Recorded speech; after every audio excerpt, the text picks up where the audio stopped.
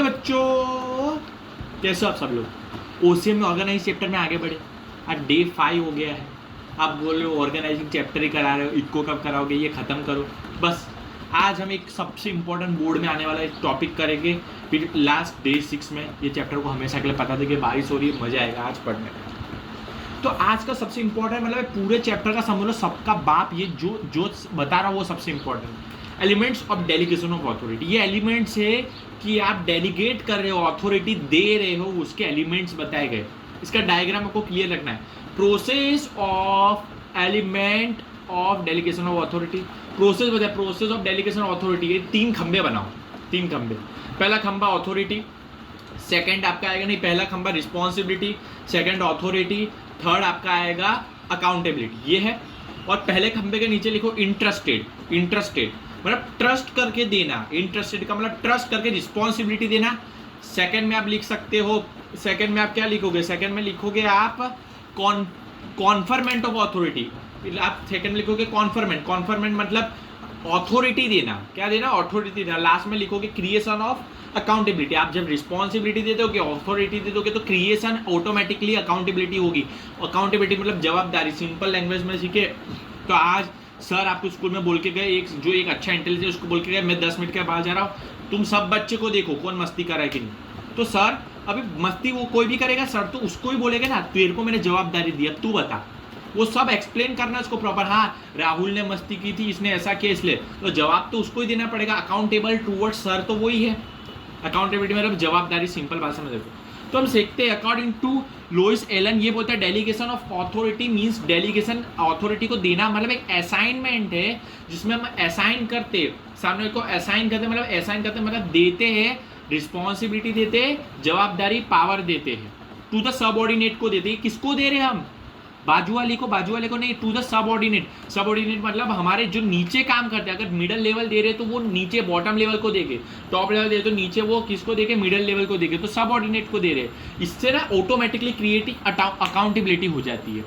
और ये सब इसलिए दिया जाता है क्योंकि वो वर्क परफॉर्म करे। तो इसका लोइस एलन ने बोला 3 होते हैं, इसके 3 एलिमेंट्स है। पहला इंटरेस्टमेंट ऑफ रिस्पॉन्सिबिलिटी, ये बहुत इंपॉर्टेंट है। इंटरेस्टमेंट ट्रस्ट करके ना top level management middle level को रिस्पॉन्सिबिलिटी देती है कि तुमको ऐसा काम करना है। ट्रस्ट करके दे रही है, अरे यार तुमको मिडिल लेवल, तुम्हें मैं रिस्पॉन्सिबिलिटी देता हूँ, ये माइनर वर्क तुम्हारे हाथ में। तो इंटरेस्टमेंट ऑफ रिस्पॉन्सिबिलिटी है। इसमें क्या होता है, ड्यूटी असाइन कर रहे हैं, टॉप लेवल ड्यूटी असाइन कर रहा है मतलब रिस्पॉन्सिबिलिटी दे रहा है। किसको दे, टू सबऑर्डिनेट को दे। सबऑर्डिनेट है मतलब उनके नीचे वाले, तो उसमें आप मिडिल लेवल भी हो सकते हो। अगर मिडिल लेवल के पॉइंट ऑफ व्यू से बोलना है तो वो बॉटम लेवल को दे रहे हैं, ऐसा समझ आते हो। क्यों दे रहे रिस्पॉन्सिबिलिटी, वो पर्टिकुलर जो वर्क दिया उसको वो अच्छे से परफॉर्म करे। और सबऑर्डिनेट से वो एक्सपेक्ट क्या लगता है, अगर टॉप लेवल मिडिल लेवल को क्या दे रहा है, असाइन ड्यूटी दे रहा है, रिस्पॉन्सिबिलिटी देता है, तो टॉप लेवल यही एक्सपेक्ट करता है कि जो मैंने इसको रिस्पॉन्सिबिलिटी दी है तो वो मेरे ऑर्डर्स फॉलो करे। वो दिखता है मेरे ऑर्डर्स फॉलो करे। जो सुपीरियर देते हैं मतलब टॉप लेवल मैनेजमेंट जो मिडिल लेवल को ऑर्डर देते हैं, वो यही चाहता है कि टॉप लेवल की मेरे ये ऑर्डर फॉलो करे। अब इससे क्या क्रिएट होगा पता है, इससे ना सुपीरियर मतलब टॉप लेवल और सब ऑर्डिनेट मतलब मिडिल लेवल, दोनों के बीच में एक रिलेशन होगा। कौन सा रिलेशन, इन ट्रस्ट का रिलेशन। दोनों ने एक दूसरे के ऊपर ट्रस्ट किया, मतलब टॉप लेवल ने ट्रस्ट करके रिस्पॉन्सिबिलिटी बॉटम लेवल नहीं मिडिल लेवल को दी। तो ये क्या रिलेशन होगा सुपीरियर एंड सब ऑर्डिनेट का। और रिस्पॉन्सिबिलिटी फ्लोज कैसे होती है, top level to bottom level जाती है। Responsibility top level middle level को देगा ट्रस्ट करके जितनी देनी उतनी, और मिडिल लेवल पे ट्रस्ट करके बॉटम को देगा। तो ये रिस्पॉन्सिबिलिटी फ्लोज ऊपर से नीचे होती है। इसके बाद है कॉन्फरमेंट ऑफ अथॉरिटी, अथॉरिटी को देना। उसमें भी हम देखेंगे the administration should give enough power to the help और सबऑर्डिनेट। इधर एडमिनिस्ट्रेटर्स भी वो टॉप लेवल ही होते हैं। टॉप लेवल क्या करते हैं, इनफ पावर देते हैं, ज़्यादा से ज़्यादा पावर देते हैं। किसको, वो हेल्पर्स को देते हैं। जो हेल्पर मतलब नीचे जो काम करते हैं मिडिल लेवल्स को देंगे, नहीं तो मिडिल लेवल बॉटम लेवल को देंगे, सब ऑर्डिनेट को देंगे।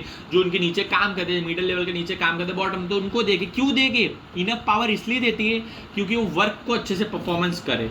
सो डैट कैन, क्यों देते, अलॉट द वर्क करे to the lower level and get work done. Allot the work को मिडिल लेवल को इसलिए पावर देते कि वो नीचे भी वर्क दे, लोअर लेवल को भी दे, और ताकि हमारा पूरा मैनेजमेंट है, जो ऑर्गेनाइज स्ट्रक्चर है, वो अच्छे से चले। सो delegation authority is an important step है। जो हम अथॉरिटी देना है वो सबसे इंपॉर्टेंट है, क्योंकि पावर नहीं दोगे तो बिजनेस नहीं चलेगा। अलॉटमेंट ऑफ पावर, और ये अथॉरिटी भी रिस्पॉन्सिबिलिटी की तरफ फ्लो होती है। जैसे रिस्पॉन्सिबिलिटी ऊपर से नीचे जाती है वैसे अथॉरिटी भी ऊपर से नीचे जाती है। तो ये आपका अथॉरिटी था। इसमें पावर इन गिवन, पावर क्यों देते हैं? हम अच्छे से डिसीजन ले, ऑर्डर मैनरली से हम पूरा प्लानिंग ऑर्गेनाइज स्ट्रक्चर फॉलो करें, इसलिए देते हैं। इसलिए ये है आपका कॉन्फरमेंट ऑफ अथॉरिटी। और लास्ट आपका आता है, लास्ट है क्रिएशन ऑफ अकाउंटेबिलिटी। अब जब आपने ट्रस्ट करके रिस्पॉन्सिबिलिटी दे दी है, अथॉरिटी दी, तो अकाउंटेबिलिटी खुद ब खुद आ जाती है, इसलिए क्रिएशन खुद हो जाता है। The delegated authority holder has to provide. अब देखो आपको अकाउंटेबिलिटी मिली, आपको अभी जवाब जा रही, तो आपको क्या करना पड़ेगा?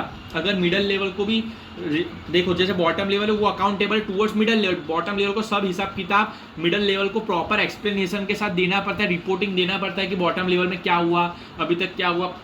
मिडल लेवल अकाउंटेबल है बॉटम लेवल के, तो मिडल लेवल को भी सब चीज़ बॉटम लेवल को प्रॉपर एक्सप्लेनेशन के बाद समझाना होता है। लास्ट में सब मिला के जो टॉप लेवल है वो ही अकाउंटेबल है, उसकी जिम्मेदारी, सबकी जिम्मेदारी तो उसके पास ही, क्योंकि वो मेन है, वो क्या है, मेन है, तो सबकी जिम्मेदारी टॉप लेवल मैनेजमेंट की पास ही, तो इसको अकाउंटेबिलिटी बोलते हैं।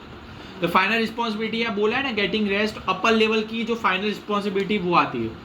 Middle level should ensure the work is done properly. Bottom level, middle level क्या बताता है? मिडल लेवल ये वैसे ही मिडल लेवल की भी जवाबदारी है बॉटम लेवल के प्रति। क्या बॉटम लेवल अच्छे से काम नहीं करे तो मिडल लेवल के ऊपर आएगा, उसकी जवाबदारी है कि बॉटम लेवल अच्छे से वर्क करे, और बॉटम लेवल को भी प्रॉपर एक्सप्लेनेशन के साथ सब बताना पड़ता है ऊपर, और मिडिल लेवल को प्रॉपर एक्सप्लेनेशन के साथ टॉप लेवल में बताना पड़ता है। तो मिडिल लेवल भी एक अकाउंटेबल है। 10 अकाउंटेबल फ्लोज ही उल्टा होता है, नीचे से ऊपर जाता है, नीचे से जिम्मेदारी ऊपर जाती है, लास्ट में टॉप लेवल के पास पूरी जिम्मेदारी रहती है, उसकी जवाबदारी है।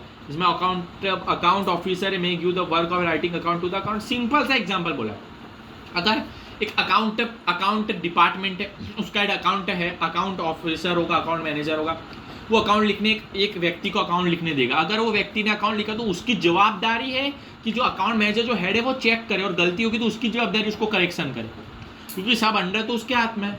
तो ऐसा ही, तो ये था आपका element of delegation of authority है। आप अथॉरिटी, आपको ट्रस्ट करके रिस्पॉन्सिबिलिटी मिलती है, अथॉरिटी देती तो खुद ब खुद क्रिएशन ऑफ अकाउंटेबिलिटी हो जाती है। तो ये आपका सबसे इंपॉर्टेंट था आज के लिए, और ये ओसीएम का आपका सबसे मोस्ट ऑफ द जो क्वेश्चन है वो है। और एक चीज़ मैं आपको बताता हूँ, जो डायग्राम है ना, ये प्रॉपर याद रखना है। प्रोसेस ऑफ डेलीगेशन अथॉरिटी है, 3 पाइप है, रिस्पॉन्सिबिलिटी है, अथॉरिटी है, अकाउंटेबिलिटी है। रिस्पॉन्सिबिलिटी इंटरेस्टेड करके देते हैं, डेलीगेटेड मतलब गिव अथॉरिटी देते, क्रिएटेड अकाउंटेबिलिटी खुद पैदा होती है।